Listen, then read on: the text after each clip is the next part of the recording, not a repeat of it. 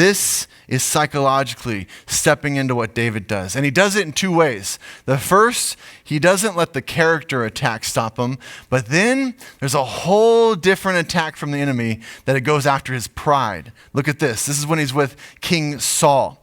So King Saul comes in. He says this, verse 32. David said to Saul, "Let no one lose heart on account of the Philistine. Your servant will go and fight him." Saul replies, "You're not able to go against this Philistine and fight him. You're a young man. He's been a warrior from his youth."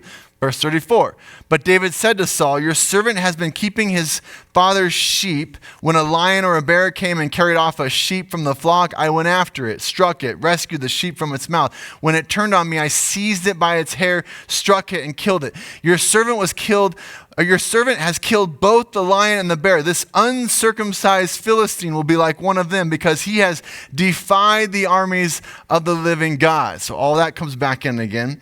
"The Lord who rescued me from the paw of the lion and the paw of the bear will rescue me from the hand of the Philistine." Saul said to David, "Okay, go, the Lord be with you." Then, catch this part, Saul dressed David in his own tunic. He put a coat of armor on him, a bronze helmet on his head.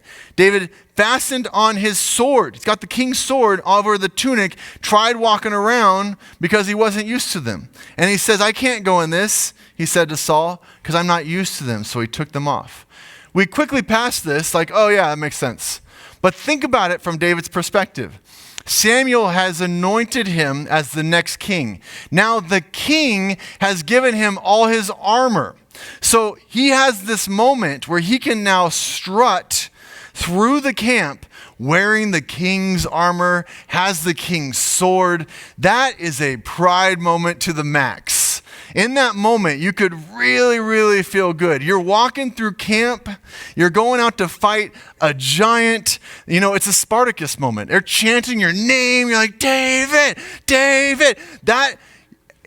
Everything he had to do in that moment to say, "No, that's not what I'm doing here."